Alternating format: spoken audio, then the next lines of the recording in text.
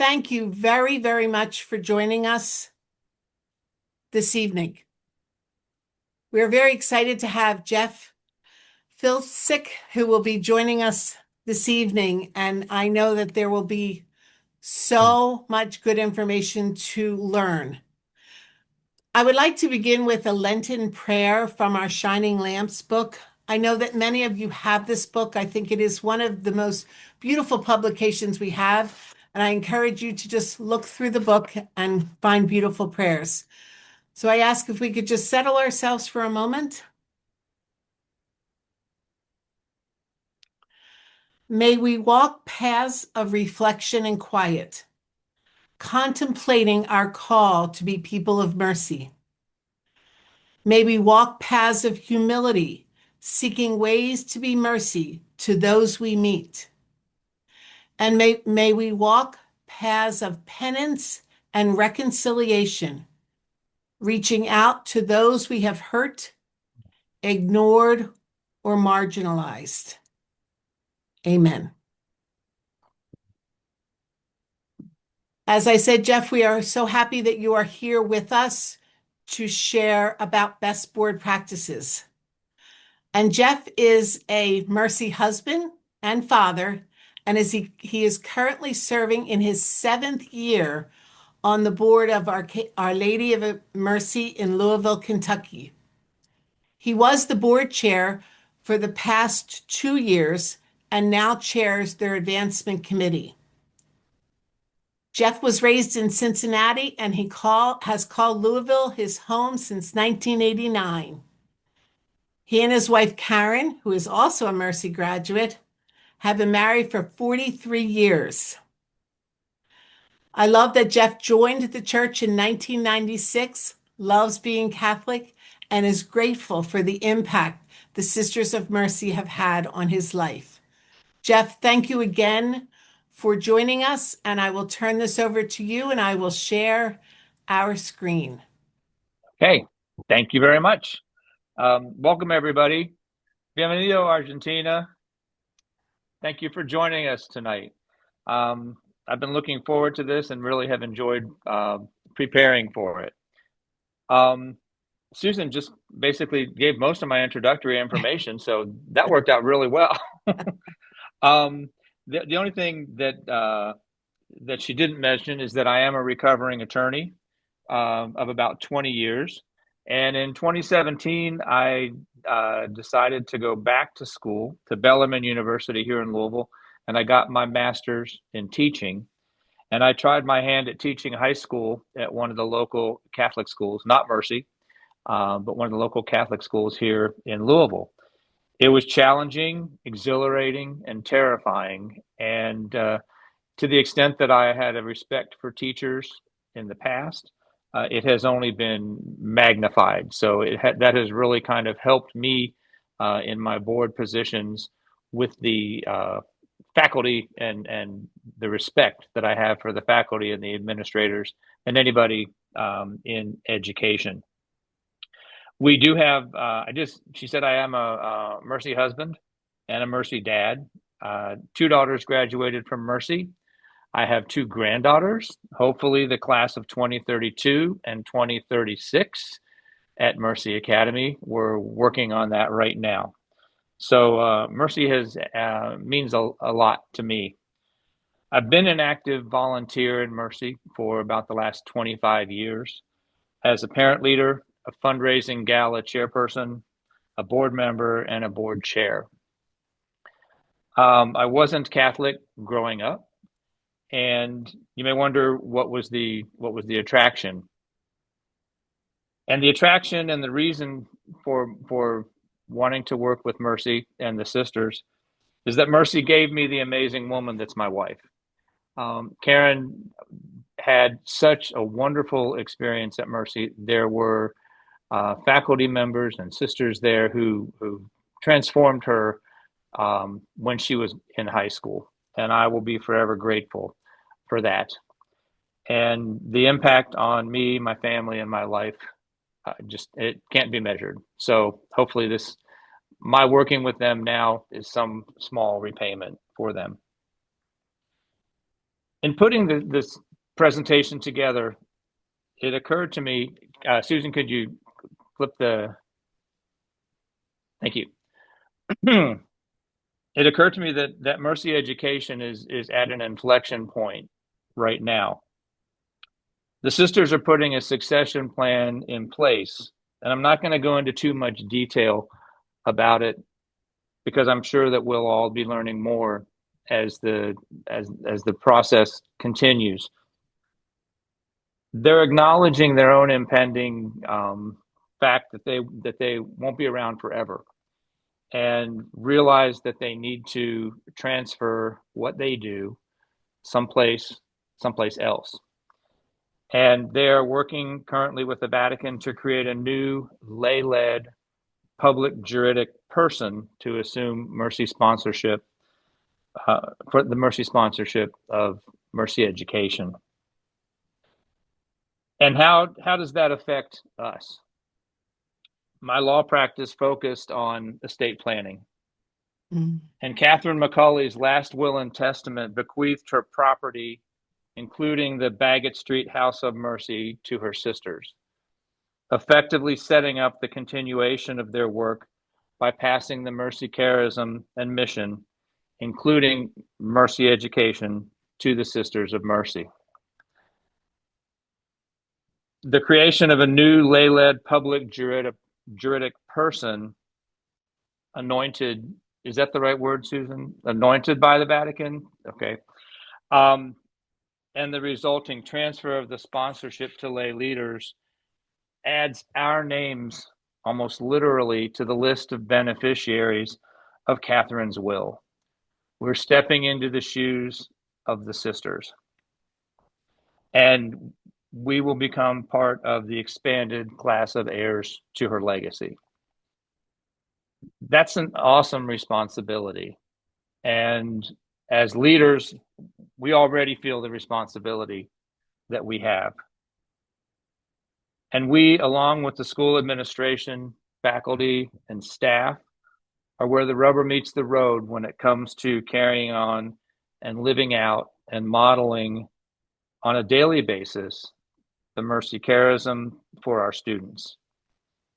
Indeed, we're called to model charism for the entire Mercy community, much like the sisters have been for the last couple hundred years. Or how long has it been? A while. Okay, yeah, 200. Okay. And so we will be shouldering that responsibility. Granted, this has been our responsibility all along, even with the sisters here. But it's kind of nice to know that the sisters are there backing us up.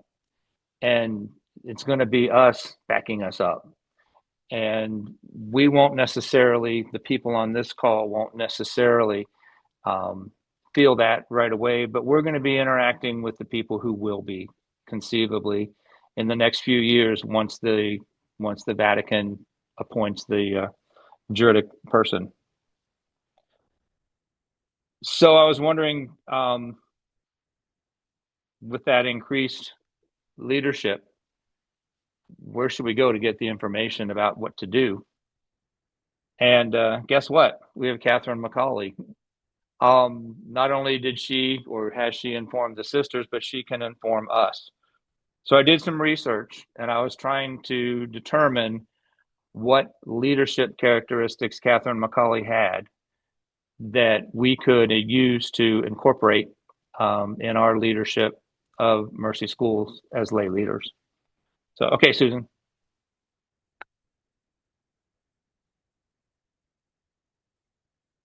So I've identified 10 qualities of leadership that I saw in Catherine McCauley that would help us be better leaders.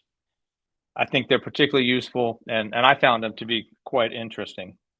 Admittedly, there's going to be some overlap in them, and you're going to hear me repeat myself a couple times, but that's because I think those ideas are really important. And they apply or they fit into each of the different qualities. The first quality is prayer and mercy charism. Catherine was a practical prayer and believed that works are prayer in action.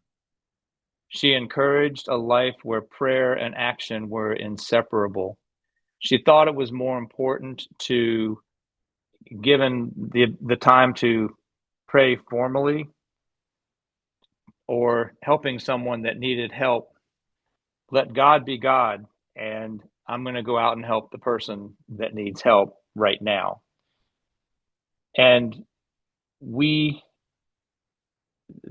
she taught that if a direct service to the poor was needed, or to one of our students, that we should leave that formal prayer and address the student. She articulated the mercy charism as a recognition of Jesus in the face of every person. As you'll find later in the presentation, this comes in really handy, especially in board meetings that get a little bit difficult. You might see a bunch of Jesus faces around the table. And when you do, it makes the meetings easier and more respectful. The face of Jesus in every person indicates that we're all made in the image of God. And she was a role model of mercy, being mercy, living mercy, doing mercy, and acting with mercy. This also opened her mind to different ideas and accepting different opinions, and probably most importantly, giving her patience with those that she was leading. Catherine had an attitude of gratitude and cheerfulness and humor. Some other people in this chair tonight might not have that as number two, but to me, it's pretty close to prayer. And gratitude and cheerfulness are important characteristics, as you will hear. It's just more fun to be around and easier to work with someone who's cheerful. And humor lightens the atmosphere and makes one more approachable. One of the sisters whose work I researched said, for Catherine, cheerfulness was the effect of conscious gratitude to God and thankful of not acknowledgement of God's gifts and promises.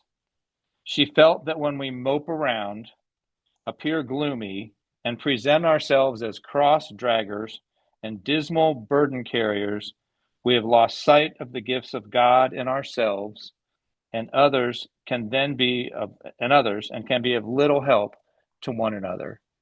So cheerfulness and gratitude were key. She was grateful to be doing God's work. And I think that's something that would be good to inform us, as you'll see, the gratitude for being able to do what we do with the Mercy Sisters. She emphasized community and common purpose. She focused on the overarching common purpose of her congregation.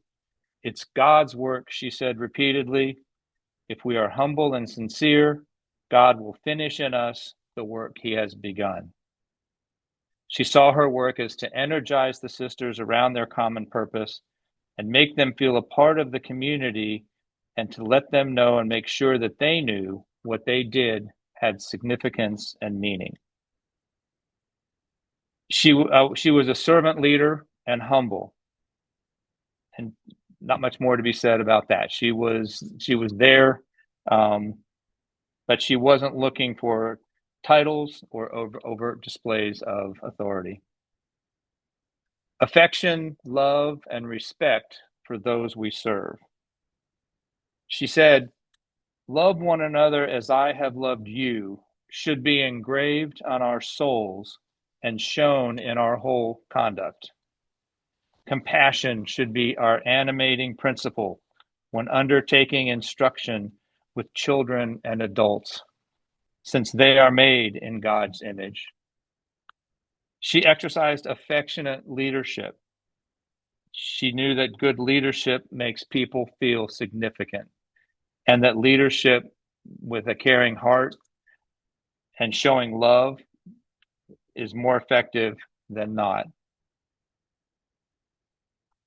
With respect to respect, she shared information and sought advice from trusted individuals and involved others in decision making. Action and initiative. Catherine was a doer. I've already said she turned prayer into action. Her practical deeds and demonstrated a focus on tangible responses to the needs of others. She relied heavily on providence. We have ever confided largely in divine providence and shall continue to do so, she said. She also said, while we place our confidence in God, we must act if success depended on our own exertions. This one particularly hit home to me because my father always had an expression that was pray like hell, but row towards shore.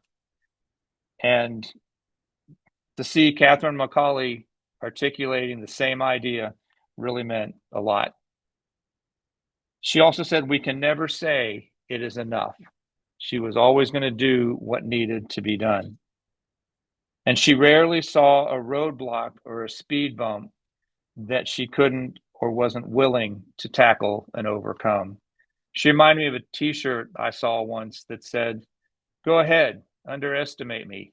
That'll be fun." I really wish I could have met her.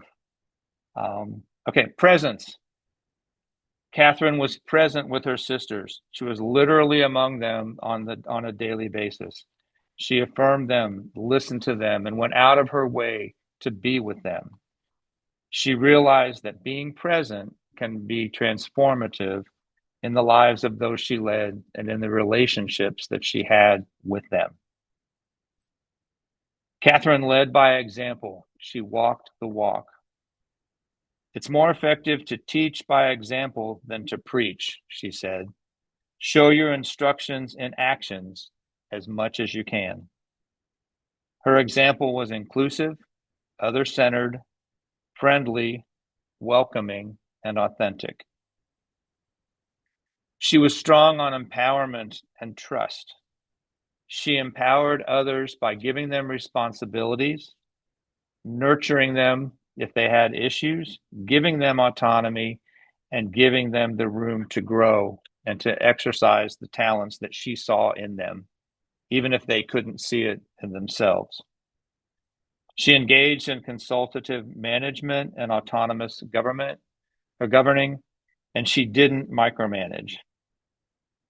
She said, be careful not to make too many laws, for if you draw the string too tight, it will break. She was also big on praise. Be ever ready to praise, to encourage, to stimulate, but slow to censure and to condemn. She provided leader succession strategies, trusting the sisters with responsibility. It's the same thing the sisters are doing right now to the lay leaders. They're exercising that empowerment, and they're willing to give us the chance and tell us, we think you can do this, and they'll be there for us as much as they can. Catherine was wise. She led with a gospel-centered common sense. She faced obstacles head on and didn't overcomplicate things. She kept things simple. She gave practical advice to her sisters and suggested that they don't fear offending anyone and that they should speak their mind. She was flexible and creative, and she wasn't afraid to ask for help and sought out wise mentors. And she also knew the value of fun and cheerfulness in building community. So I thought those 10 characteristics were interesting. And as you can tell, Catherine's got a lot that she can teach us and that we can learn. I'm curious if any of these qualities stuck out to any of you on this Zoom call as something that you were interested or you would have any kind of a comment on.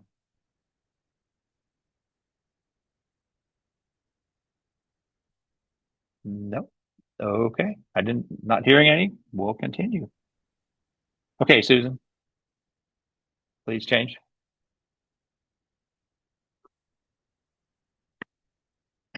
Okay. Here is a list of some board activities and duties, as well as general leadership traits.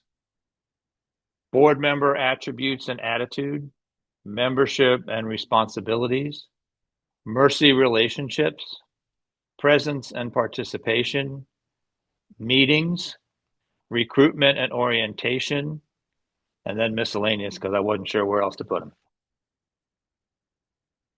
So, with Catherine's leadership qualities in mind, I'd like to talk about some effective or best practices related to each of them. Many of them are common sense, and you probably already are aware of them and do them, but I think it never hurts to be reminded. Okay, Susan.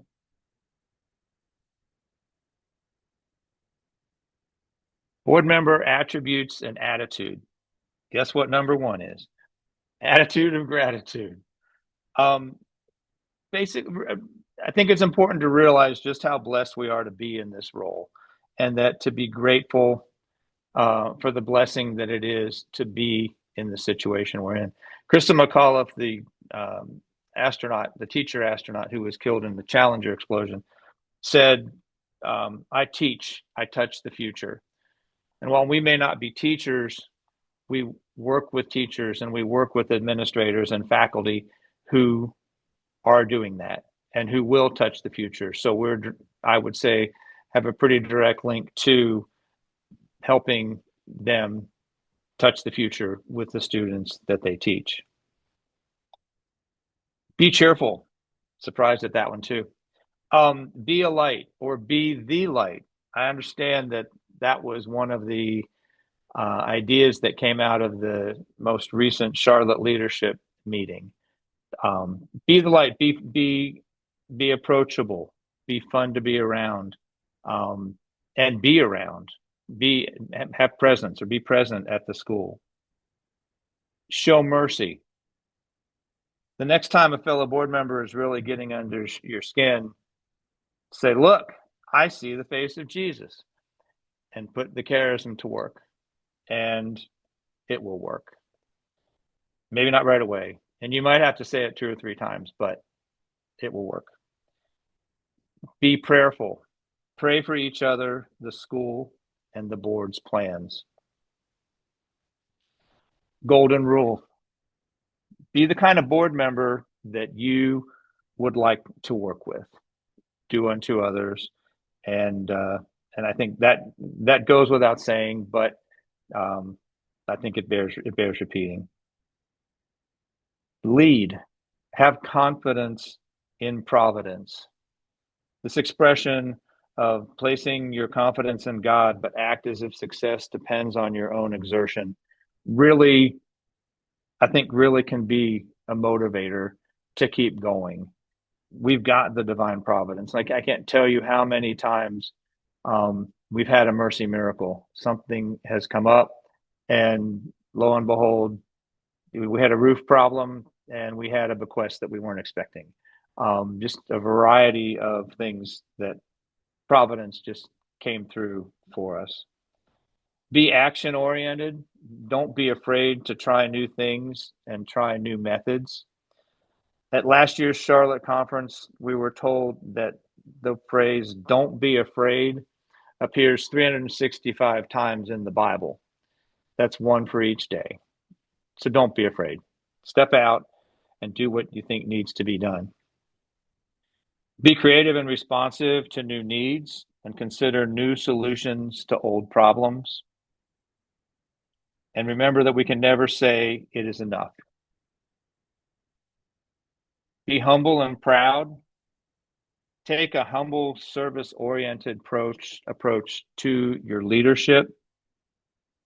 But I would like to suggest that there is a balance there. Sometimes I feel that we're too shy about advertising and shouting how great Mercy Academy is or how great your individual school is. We've got a robotics class that came up with an underwater robot that they're using in Mammoth Cave in Kentucky, and they've identified some species down there that they didn't know existed before these robots. That's pretty cool. I mean, be the light, shine that light, let people know that that's what's going on with your community. and how great some of the students are and the faculty and how well they're doing. So be a cheerleader for the school and talk the school up in public whenever possible, and don't be afraid to brag. Ask for help. You don't need to reinvent the wheel. Mercy Education has a myriad of resources that you can use, and they're always picking up the phone and helping out to give you the information that you need. The cohorts that we have available and other board leaders that you meet at some of these conferences, pick up the phone and call them, and you're going to be able to get the information that you need, most likely. Follow through, do what you say you're going to do. That builds trust, and I'll mention that a little bit later. It's important to basically, yeah, do what you say you're going to do. Have an open mind and an open heart. Be open to different perspectives. Lead by example. Be the person that you want lead with the characteristics that you want other people to exhibit. Your lives could be examples of mercy, inclusiveness, other-centeredness, friendliness, being welcome, and authentic, much like Catherine herself. Hey, Susan?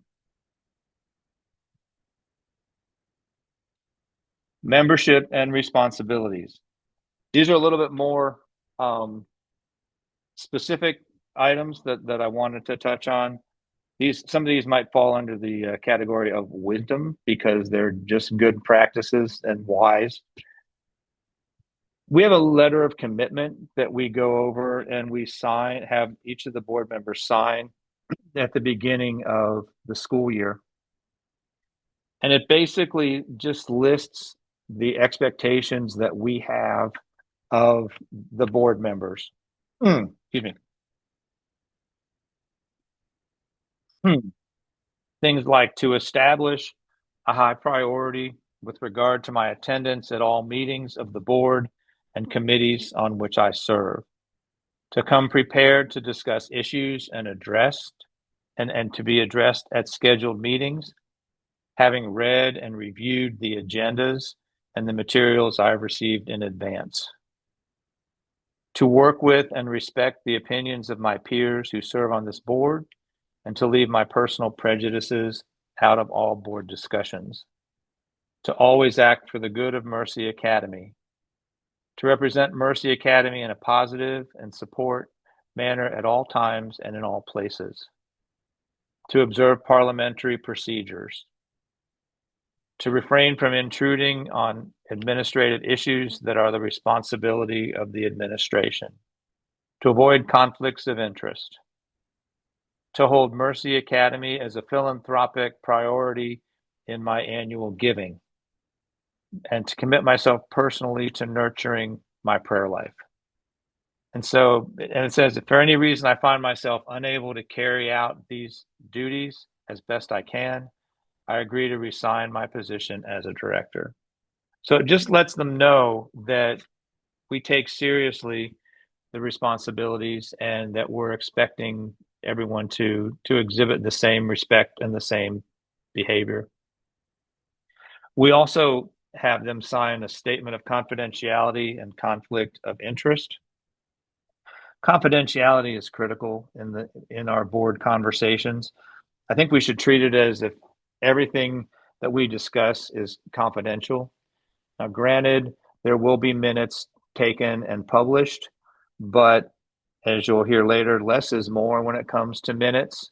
And if we are talking about litigation involving an employment issue, or if the president has asked us a question about a particular student and what do we think, names should never be taken away from that room. So whatever stays in the meeting room, whatever's said in the meeting room should stay there.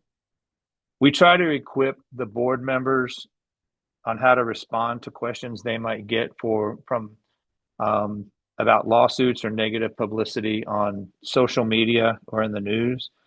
Basically, the standard line is you need to call and talk to our president, Becky Montag. That's it. We don't need to say anything more. There's no need to answer questions that you don't know anything about. Understand your role. Does anybody have any questions about either of those two things? Please, if you have any questions at all as I'm talking, don't hesitate. Understand and embrace your role. Be a cheerleader for the school and talk it up whenever the opportunity presents itself. And don't disparage the school or the board. Remember, we're one community and one board of directors. If you disagree with a course that the board is taking, it's important for you to stay professional and supportive, and don't talk it down. Don't talk down your fellow board members. Stay in your lane is one of our roles. Let educators educate and let the administrative staff run the school. We have our we try to make people aware of the school policies, and we can suggest tweaks through board action or through board conversations if necessary to the president. But basically, the policies are what the policies are. Our review of what happens, of any decisions that are made, is really, did you follow the policy? And if you didn't, because of an exception, is there documentation as to why there's an exception and why you didn't follow the policy? So it makes it a little bit easier on us that we don't need to get into those kind of situations. If the policy, or if in the student or faculty handbook, there is a role for a board member or a board chair, it usually is in an appeal process. So if there's a teacher termination and the teacher wants to appeal it past the president, it would go, in our case, to the board chair to meet with the person along with the president, and basically determine, was the policy followed, and if it was, thank you for your time. So it is important for us to know what our limit or what our role is.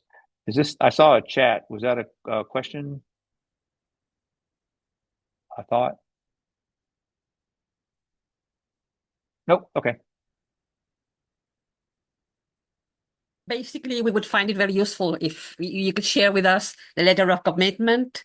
That was Okay. the two of us have asked about that. Sure. Okay. Yeah, I would be. I'm willing to.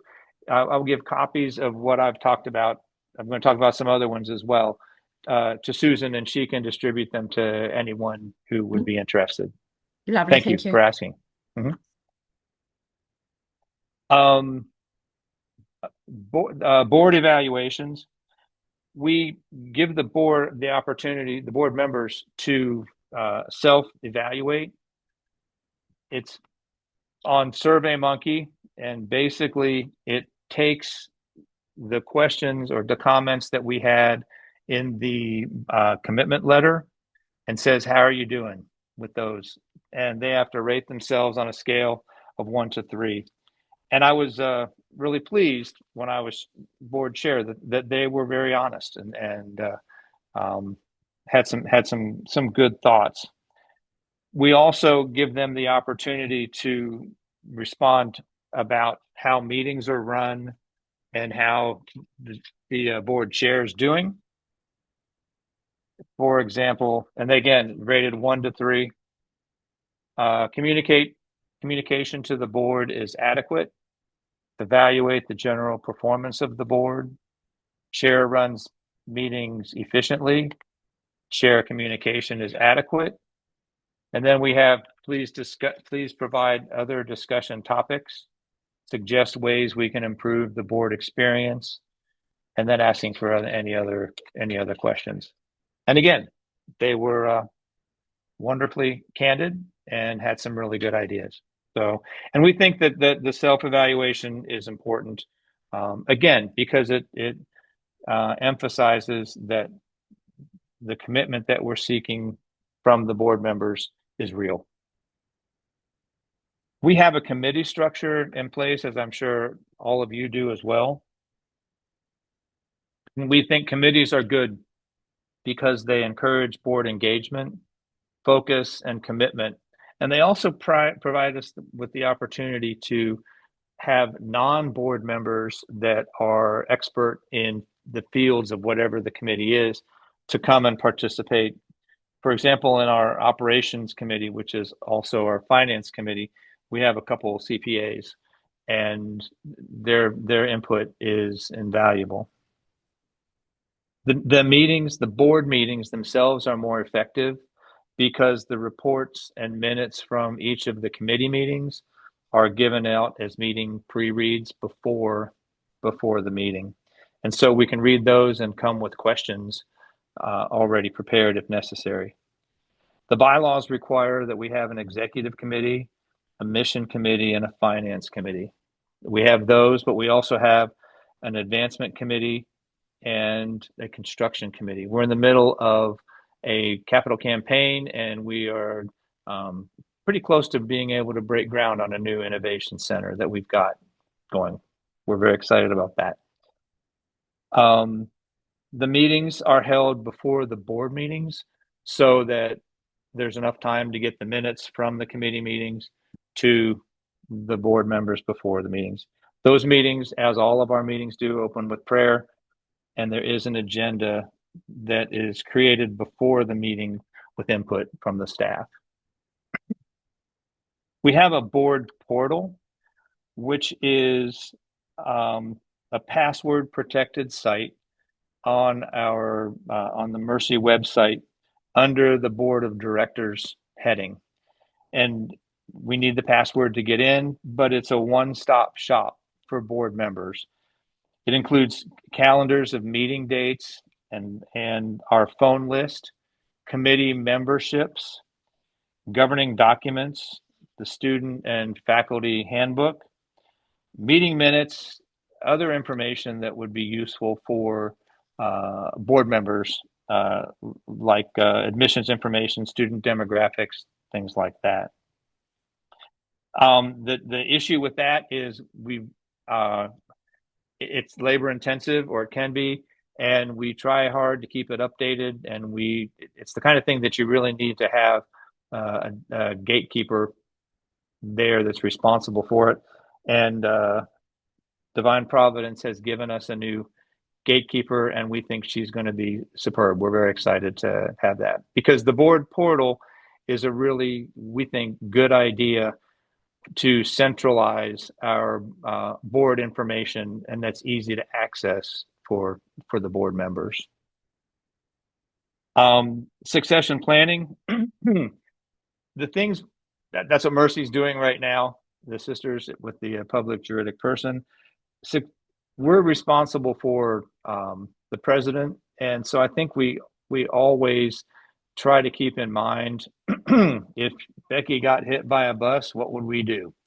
And try to not necessarily have people in mind, but try to make sure that she is leading her staff, and that if something did happen to her, people know what's going on enough that someone else could step in. We also are aware of trying to keep a good board and good board members, and aware of the board members that have specific talents such as legal, financial, information. And if one of those board members were to resign or roll off of the board, who would we have that we could step in or ask to join us? Ideally, we'd have a waiting list, and we're working on trying to put one together with that.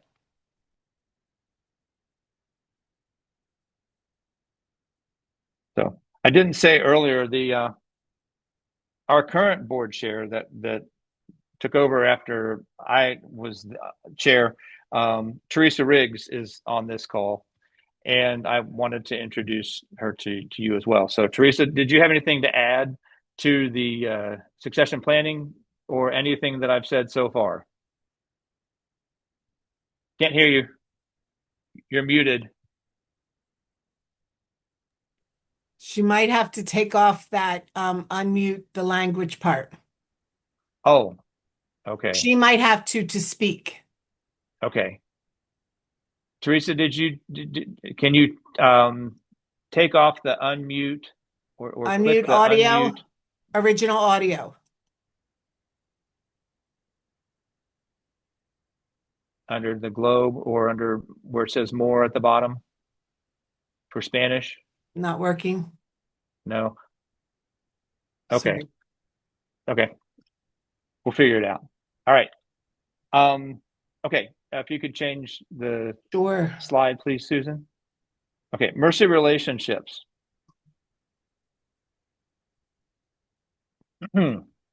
Leadership is to a large extent about relationships, and one of our most important relationships and responsibilities is the head of school.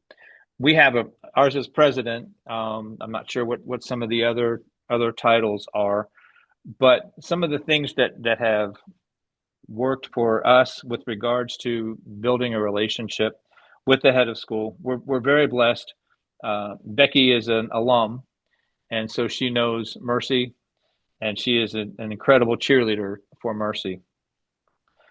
With regards to just generically, a big thing in trying to develop a relationship, I think, is presence again, being available, contacting, touching base with her, taking advantage of unplanned conversations, hanging around after meetings. We plan sporadic breakfast and lunch meetings sometimes, and just to catch up and just to see how she's doing. I'll stop by and say hi whenever I'm in the building, and that goes not only for the head of school, but also for the principal and some of the faculty members that I know who are still there from when our daughters attended. I think it's important to do that because that builds trust and it helps you to be approachable. And if you do it cheerfully, they're happy to see you. So I think that is something also to keep in mind. One of the ways to build trust as well, I think, is we have an annual evaluation that we do with the president. We seek feedback from the staff members who report to her. It's her leadership team, and the form I've got a copy here. It is something that says, please, for example, please provide 2 or 3 of the president's most significant accomplishments or positive impacts that you have observed. 2 or 3 significant strengths, 2 or 3 opportunities for improvement. Where do you believe the president should focus her efforts during the upcoming school year? Do you have the support you need from the president to achieve your professional goals and development? Do you have any recommendations for improvement? Does the president seem to make key decisions, curriculum, extracurricular programs, finances, through the lens of the school's mission and the mission of the Sisters of Mercy? And then do you have any other thoughts or comments?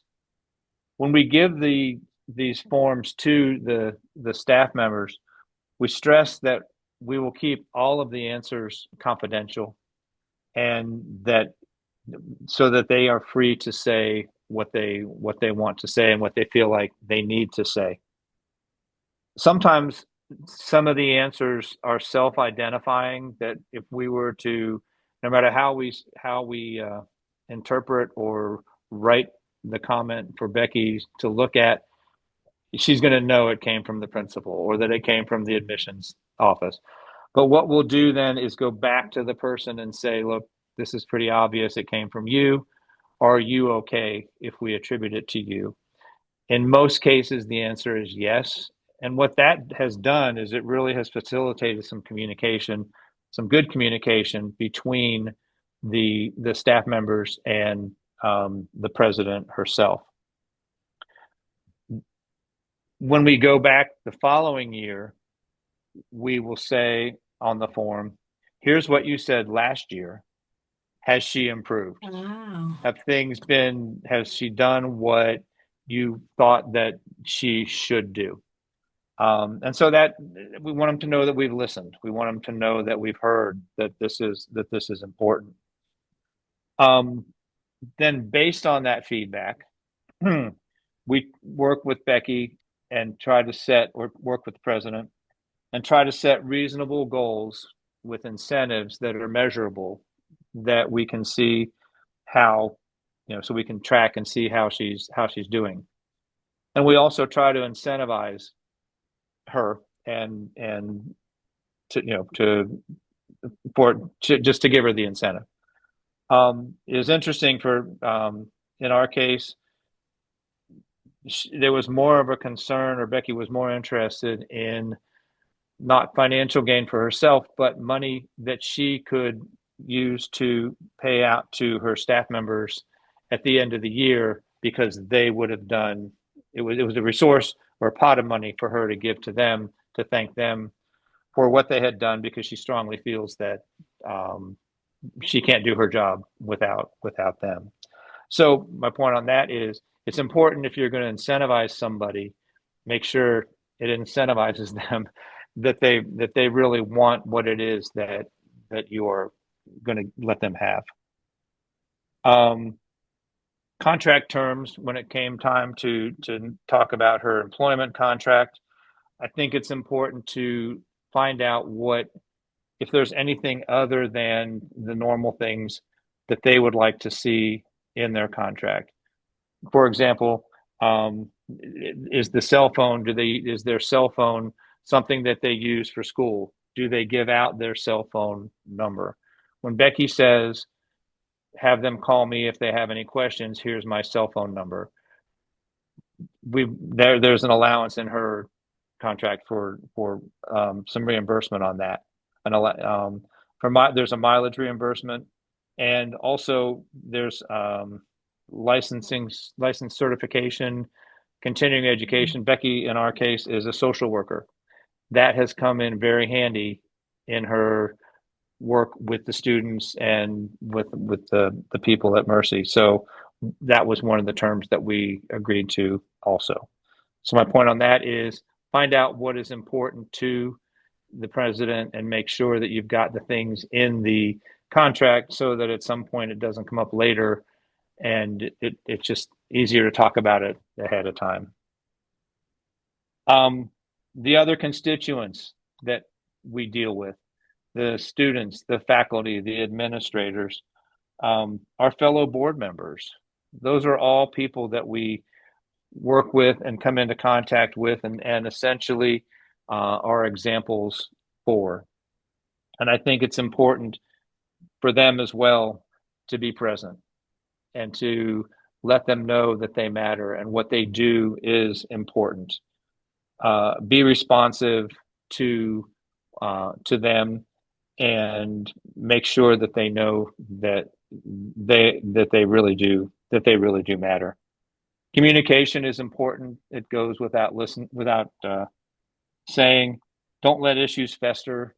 Be honest, sincere, and direct. Encourage, compliment, and support. Energize. Do your best to energize administrators, faculty, staff, and students with your enthusiasm and your cheerfulness about what you're doing, and endeavor to make them feel part of the community. I have sent emails to people. We had a very successful fundraising gala recently, and as chair of the advancement committee, I thought it was important to send an email to the advancement team, letting them know how effective I thought it was, how much I enjoyed it, and I tried to come up with specific examples of things that I knew that they had been working on that worked very well. The board also has in the past sent letters. They divided up the responsibility, letters to all the faculty and staff, thanking them for what they do. Usually this is in connection to Catholic Schools Week, and that is usually very well received. It's important to participate in activities as a board member if you are invited. We got an email today from one of the advancement team. They're putting together a service project to send Easter cards and letters to the sisters of Mercy that are in the homes where they're living now. I was really happy to see that they've asked for board participation with that. So empowering and trusting, again, we've kind of talked about that. Don't micromanage. Give the people responsibility and trust them to do their job. That goes with the president. Don't micromanage the president. She went through a vetting process. If there are issues that come up, communicate and talk. And if a change needs to happen, then so be it. But at least let them do what it is that you've assigned them to do. Same with the board members who are chair of the committees that you've got on the board.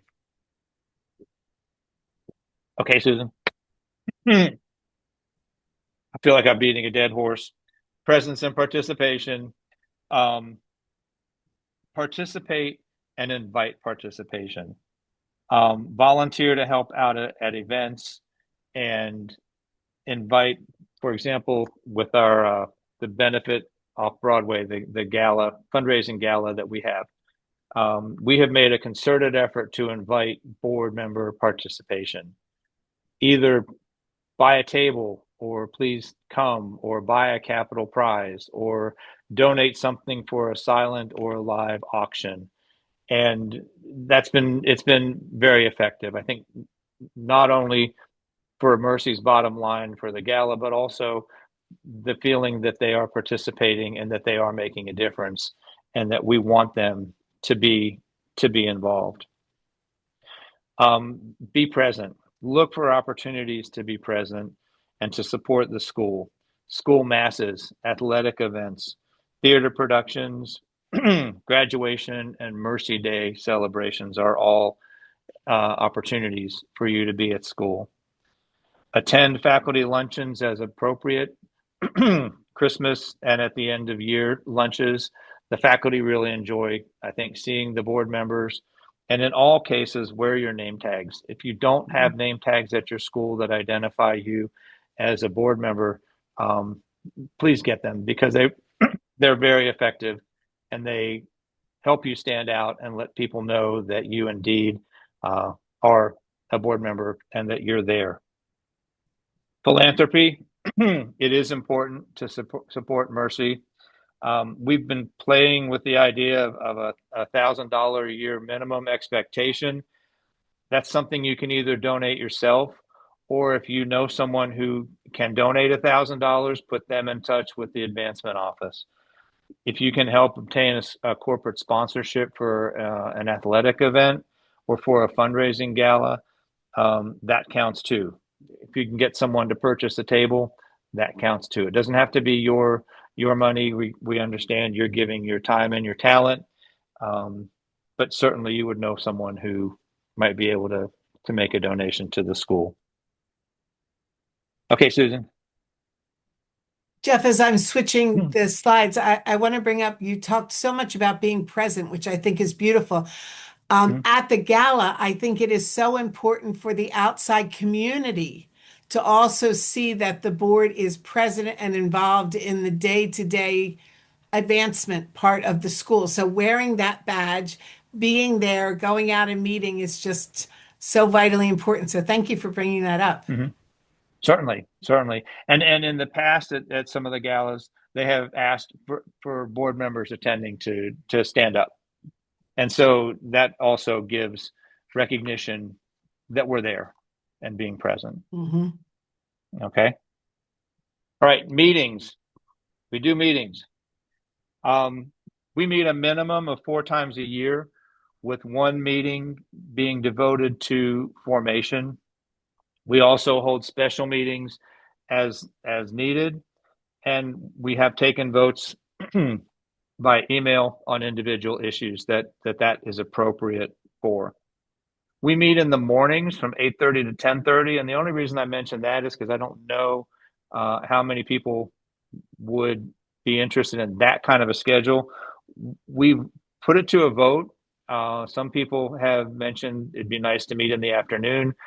Nobody really wants to meet in the evenings, but I think the mornings have been popular because for people who are working, a lot of times it's easier to go in late than it is to leave early. If you go to the office, it might be difficult to get out. So that's just like a procedural issue. Every board meeting begins with a prayer and formation, and we utilize faculty, students, and staff in our formation when we can. The sisters have a wealth of formation activities and suggestions. If you're looking for something, contact the Mercy Education. We've got an upcoming formation meeting within the next couple weeks, and what we're going to do is something different. But we've invited some administrators, some faculty members, and some students to appear or to attend the meeting separately. For the students, we're going to have the freshman and sophomore students, and then and have some questions about the Mercy Charism and what they see and how is the mission being lived out. And we'll ask that question of the juniors and seniors, who will be a panel next, and then faculty, and then administrators. And so we'll be able to see the people who are on the ground every day. Are they seeing it? Are they understanding it? If they don't have any comments about it, that tells us something. But I have an idea that they will have some pretty good insights. So we're looking forward to that. Another formation meeting topic that we had, I think it was last year's. We had some scenarios with regards to some gender and race issues, not that have come up, but that we wanted to talk about. How would we handle it? What are some of the issues that we would raise? Kind of like a precursor. Hopefully we'll never need it, but the conversations were very interesting with the difference of opinions. Attendance. We have an attendance policy, which I mentioned in the expectation sheet, and we enforce it. Physical attendance is preferred, but Zoom meetings work, and that has worked very well because we have one of our board members is an alum who lives in Minneapolis, and so it's nice to be able to expand who can be on the board because of what the opportunity Zoom affords us. We expect everybody to come prepared and to read everything that has been given before, and that we expect them to participate and ask questions and not be afraid to challenge if you have questions or doubts about something, need more information. The agenda is set by the executive committee before we have the meeting. It's important to stick to the agenda, and it's important to respect the time that we've set for meetings. The 8:30 to 10:30 is pretty sacrosanct. We do our best to make sure that we are within that time period. We take minutes every meeting, and they're approved at the following meeting usually, and they're not public until approved. The scope of the minutes is a work in progress. You can get too much when I talked about confidentiality. If you're talking about names of students and teachers or things that are kind of should be more personal, more private, it's important that those not appear in the minutes. So pretty much less is more. And as a reminder, the minutes are discoverable in litigation. That's my attorney's side coming out. So it's important to make sure that while accurate, they don't need to go into excruciating detail. It's important, as it is in any meeting, to stay on track on the conversation. If the conversation goes off into tangents, and it seems like an important tangent, set it aside and agree that we'll discuss it later, but then make sure that you do come back and discuss it later because it was important to somebody, and that needs to be remembered, and then you can get back to the original conversation. Respect others. Trying to see the face of Jesus if you need to, however many times you need to. And it really is, I think, the collegiality and the cheerfulness and the attitude of gratitude. I think if you are incorporating all of those, the meetings won't be difficult. I leave the meetings and I'm a better man for having been there. It's just a really good quality group of people, and so I'm not speaking because we've had difficult meetings. I'm speaking because there is so much respect among our individual members. We have invited students and administrators, not in the context of formation, and faculty or mostly administrators, to report out on what they're doing. The principal will come in at the beginning of the year and give us a brief review of here's what I'm excited about, here's what we're looking forward to doing. The admissions folks will come in and talk about how the classes are looking, what's the eighth grade class size coming up, how do we think we're going to get more of those students here, things like that. So it's easy to keep track. And again, that gives them a feeling of belonging, and it helps us to be aware and to kind of their presence can be presence for us as well in that situation. At the end of every meeting, we go into executive session. Executive session is when everybody but the board members leave the room, Zoom gets turned off, and there are no minutes. And it can be a open and frank discussion of whatever we think needs to be discussed. Most of the time, there really isn't a whole lot, so which is nice. But if we ever need to have the time to talk, I guess specifically about the president or something that we're concerned about with the leadership of the school, that would be the time to discuss it, make a plan, see how we wanted to handle it when it's just us. So I'd recommend that be one of the things that you do every time as well. Okay, Susan. Recruitment and orientation. We've talked a little bit about this already. We have an orientation format that we have that prior to the board meeting, the board chair and president will welcome the new board member, usually at lunch. They participate in the Mercy Education Board formation, like this Zoom call. They receive email links to and PDFs to the school website, where they can find the Mercy mission, educational philosophy, and history. We give them the link to the board portal so that they can look at the governing documents, and we expect them to go in and peruse that and look at it, including the bylaws, current committee members. We have a strategic plan that I think we're in the fourth year of, called Magnifying the Meaning of Mercy. That's in the board portal there. Also, board approved minute packets and information on the directors and officers' insurance. We also give them a prior year annual report, a prior year audit, current year draft budget with one-page summary of the highlights. We give them information on the endowment fund and policy, and our latest edition of the Jaguar, which is the publication that we send out to alums.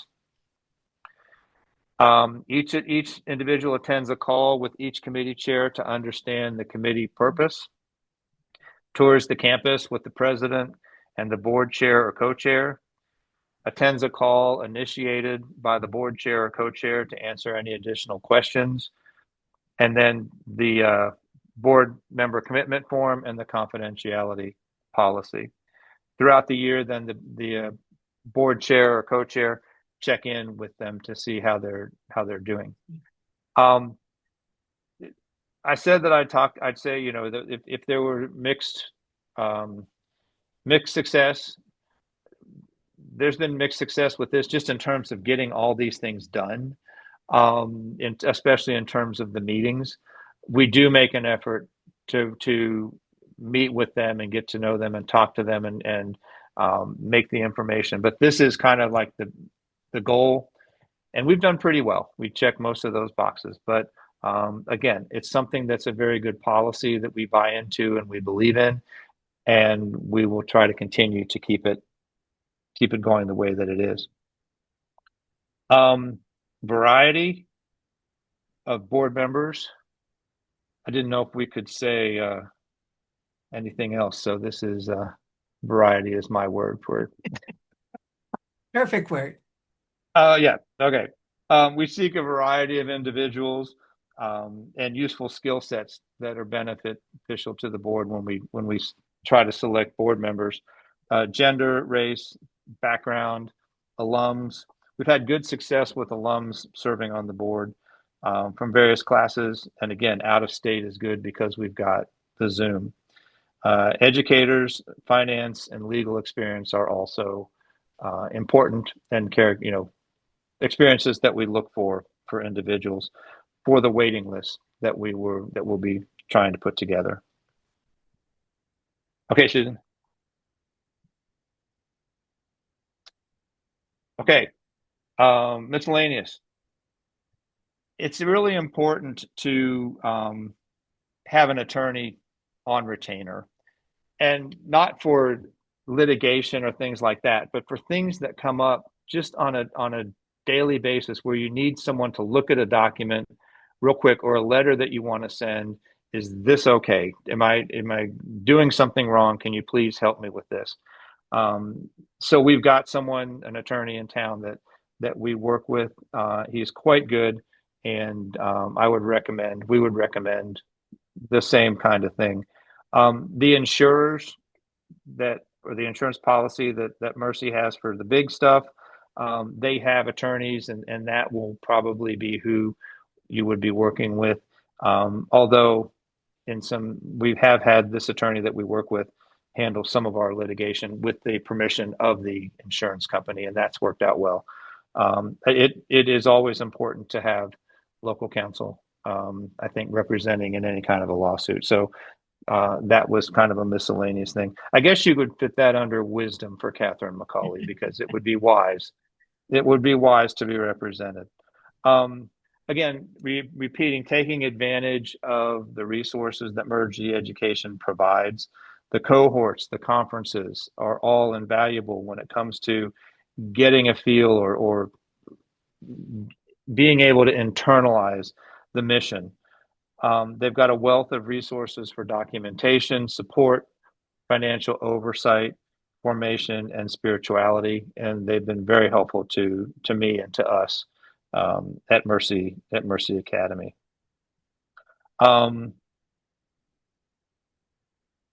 I didn't know if there was any best practices that maybe someone on the Zoom call would like to mention that I didn't mention. I'd sure be curious to know if anybody's got something.